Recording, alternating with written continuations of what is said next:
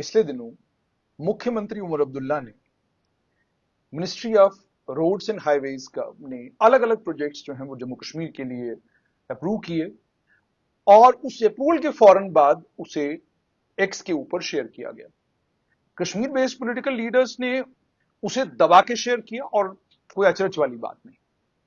आप ये भी जानते हैं कि जितने भी कश्मीर के सियासी लीडर हैं वो तमाम एक्स के ऊपर एक्टिव हैं। वो जानते हैं एक्स की इंपॉर्टेंस को, वो एक्स के रेलेवेंस को जानते हैं और एक्स की इंपॉर्टेंस और रेलेवेंस को ध्यान में रखते हुए इन तमाम लीडर्स ने जबरदस्त तरीके से उस कागज को शेयर किया और उसके फौरन बाद जम्मू से वही रिएक्शन आना शुरू हुआ जो रिएक्शन पिछले 70 सालों से जम्मू में देखने को मिला है।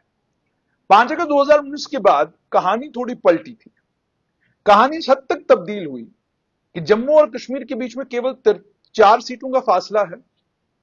यानी इसका मतलब साफ तौर पर यह है कि जम्मू और कश्मीर के बीच में अब सिर्फ 4 सीटों का फासला है। लेकिन 4 सीटों के फासले के बाद भी अगर यह कहने की जरूरत पड़ रही है कि जो जम्मू के लीडर किसी काम के नहीं हैं या एक्स के ऊपर लोग लिख रहे हैं कि देखिए ये तो आपका सबसे बड़ा फेलियर है, ये तो आपकी सबसे बड़ी नाकामी है।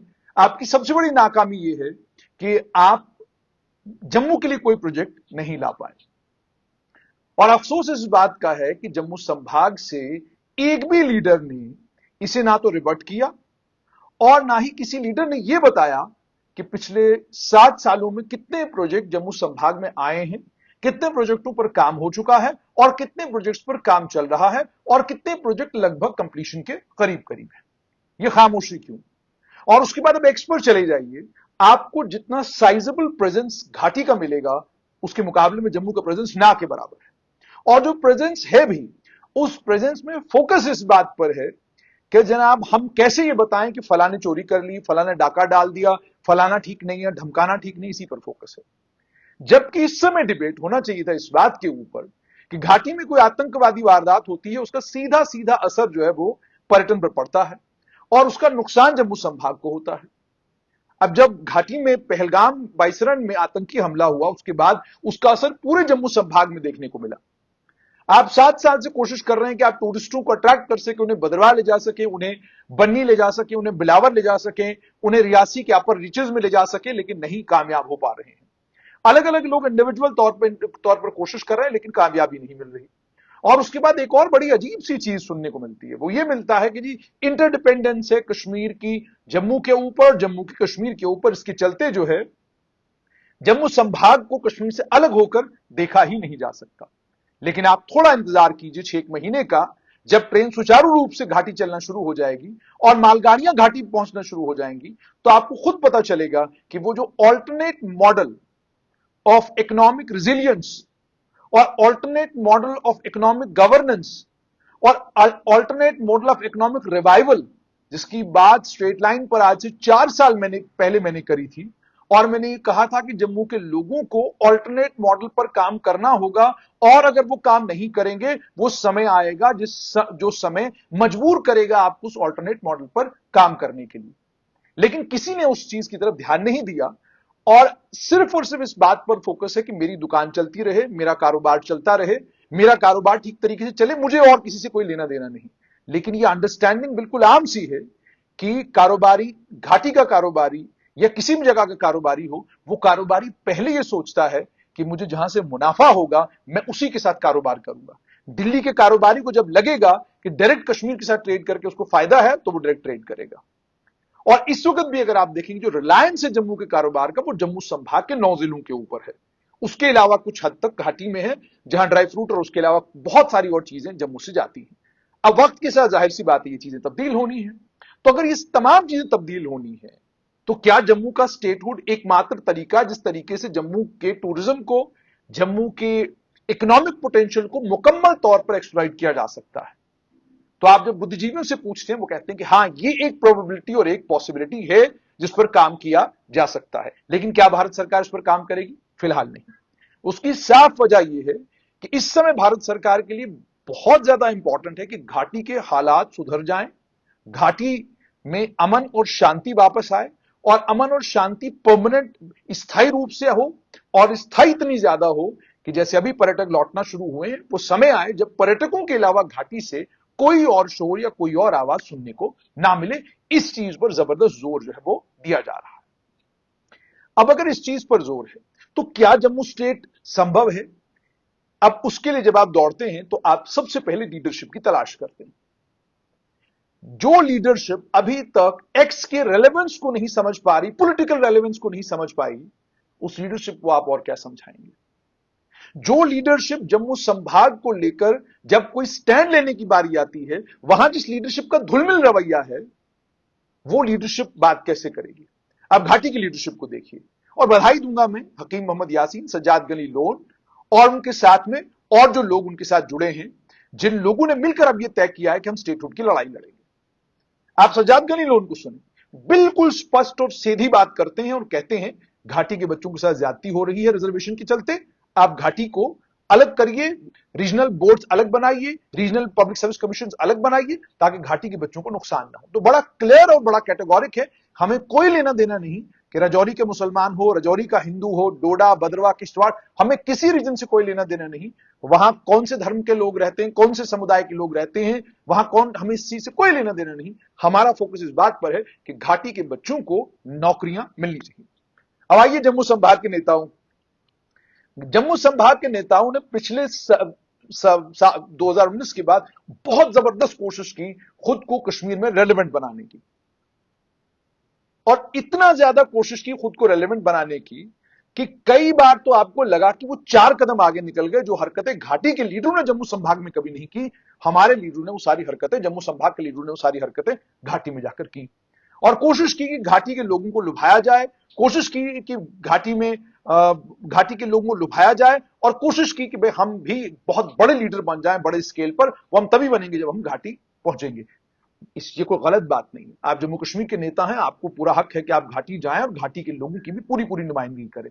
लेकिन उससे पहले यह बात जरूरी है कि जिस संभाग की जिम्मेदारी आपके कांधों के ऊपर है, जिस संभाग ने आपको 27-28 एमएलए दिए हैं, उस संभाग के कारोबारी को मजबूत कैसे किया जा सकता है, उस संभाग के पर्यटन को कैसे मजबूत किया जा सकता है, उस संभाग की सड़कें अच्छी कैसे बनाई जा सकती हैं, उस संभाग के अस्पतालों को ठीक कैसे किया जा सकता है, उस संभाग के पानी का स्रोत जहां पर भी है, पानी साफ सुथरा लोगों को कैसे मुहैया कराया जा सकता है, बिजली की सुविधा बेहतर कैसे की जा सकती है, सड़कों का जाल और कैसे बिछाया जा सकता है, यह काम आपका है।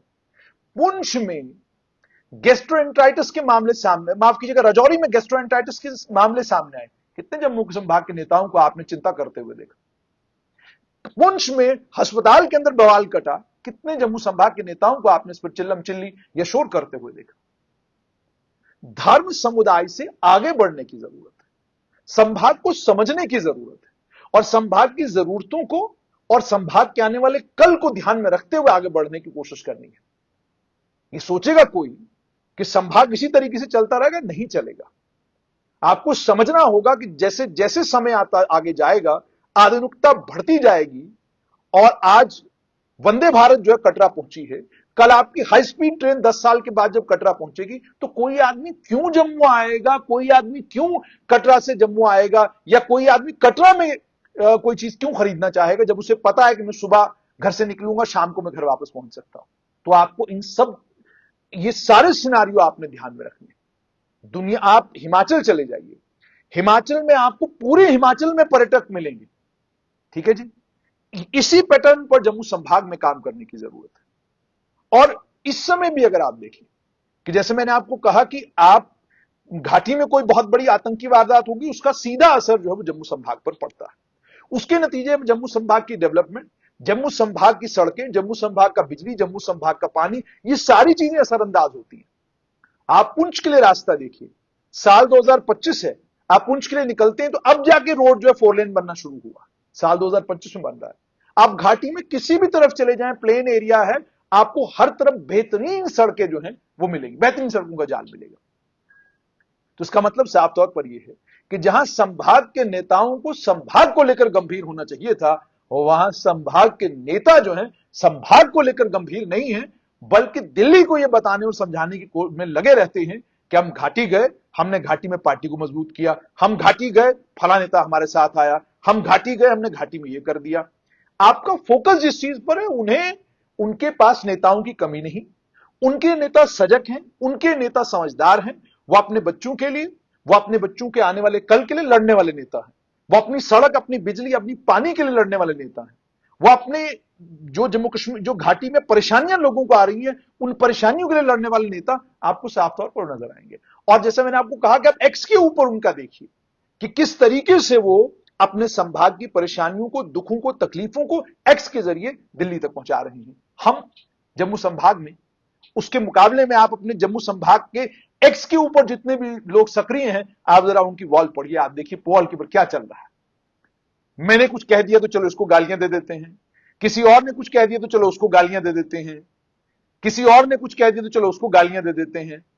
और इस बात पे फोकस नहीं है कि हम संभाग की उन परेशानियों की बात करें और उन परेशानियों का हल सुझाएं जिसके हल के सुझाने से संभाग को कोई फायदा हो। उस चीज पर किसी का फोकस नहीं। और अगर फोकस हो और बात उस तरीके से की जाए तो यकीन मानिए संभाग के अंदर इतना पोटेंशियल है कि आप जम्मू संभाग को टूरिस्टों से इस तरीके से भर सकते हैं कि आपके पास जगह नहीं होगी कि जनाब हम इनको अब कहां रखें, किस जगह रखें, हमारे पास जो है रखने के लिए जगह नहीं। तो इसलिए जम्मू संभाग के नेताओं को चाहिए कि मॉडर्न और आधुनिक युग की जो जरूरतें हैं उन पर फोकस करें। केवल फेसबुक के ऊपर या वायरल होने से दुनिया आपको नहीं देख रही है। किसी के पास समय नहीं है इतना कि वो फेसबुक के ऊपर आकर आपको देखे कि आपने फेसबुक के ऊपर क्या तमाशा किया है। आप समझिए एक्स के जरिए, इंस्टा के जरिए और कई एप्स हैं जिनके जरिए दिल्ली आपको देखती है, पहचानती है कि वहां पे क्या चल रहा है। और घाटी के लोग इस बात को समझते हैं, घाटी के नेता, घाटी के युवा, घाटी के यंग एक्टिविस्ट, आप उनके चले जाइए आप उनके एक्स के ऊपर, आप देखिए किस तरीके से बाजार उनके अपने अपने मसले और अपनी अपनी परेशानियों को लेकर कैसे वो लिख रहे हैं और कैसे एक दूसरे को कॉम्प्लीमेंट और कैसे एक दूसरे को सप्लीमेंट करने की कोशिश करते हैं। अपने संभाग में आइए तो ऐसा कुछ नजर कहीं पे भी नहीं आता। खानों में लोग बटे हुए हैं। तो वो एक शेर है कि वही था ख्वाब जो सबने मिलकर देखा था, अब अपने अपने कबीलों में बट के देखते हैं।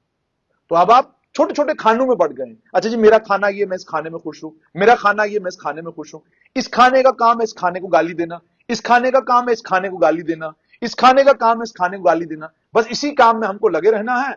और उसके बाद क्या, संभाग के साथ तो कुछ अच्छा हो ही नहीं रहा।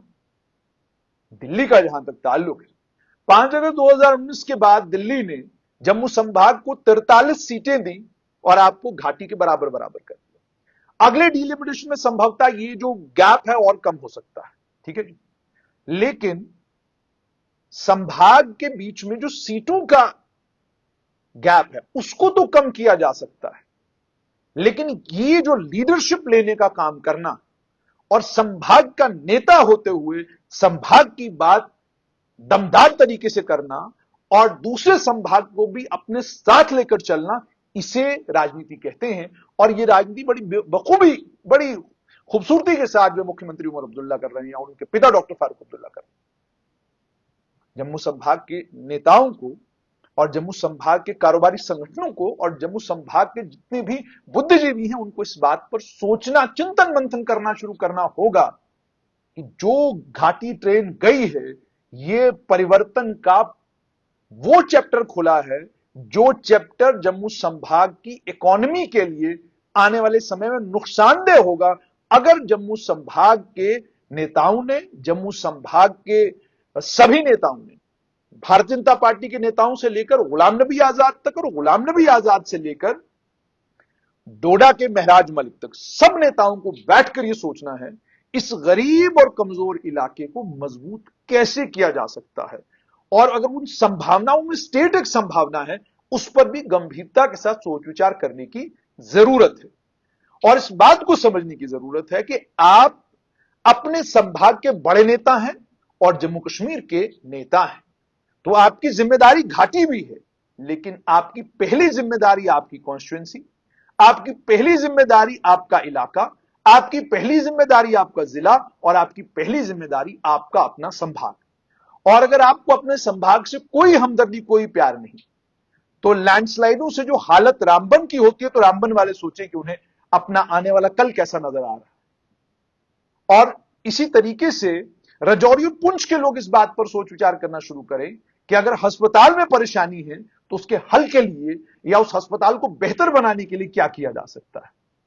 आपने मेंबर पार्लियामेंट तो बना दिया वहां से, लेकिन आपने मेंबर पार्लियामेंट से उसके बाद पूछा नहीं कि जनाब ये तो बताइए परिवर्तन क्या आया। इसलिए जम्मू संभाग को स्टेट बनाया जाए या नहीं बनाया जाएगा वो तो आने वाला कल तय करेगा, लेकिन नेतृत्व की यह जिम्मेदारी बनती है कि बदलते हालात को और बदलती इस इकोनॉमिक प्रोफाइल को ध्यान में रखते हुए सोचना शुरू करें और संभाग के नेता की तरह संभाग का नेतृत्व करना शुरू करें और दिल्ली को सुझाना और समझाना शुरू करें कि किस तरीके से संभाग को मजबूत किया जा सकता है, और ना पड़े सड़कों टनलों के चक्कर में, जी उधर इतनी सड़कें दे दी, हमको इतना दे दिया, छोड़ दीजिए। वो रोड्स एंड ट्रांसपोर्ट मिनिस्ट्री का एक और कोई 2 4 5 10 दिनों में एक और कोई चिट्ठी उनकी बाहर निकल आएगी तो 10 रोडें आपकी भी आ जाएंगी। उससे उससे कोई फर्क या कोई तब्दीली जो है वो जम्मू संभाग में आने वाली नहीं है।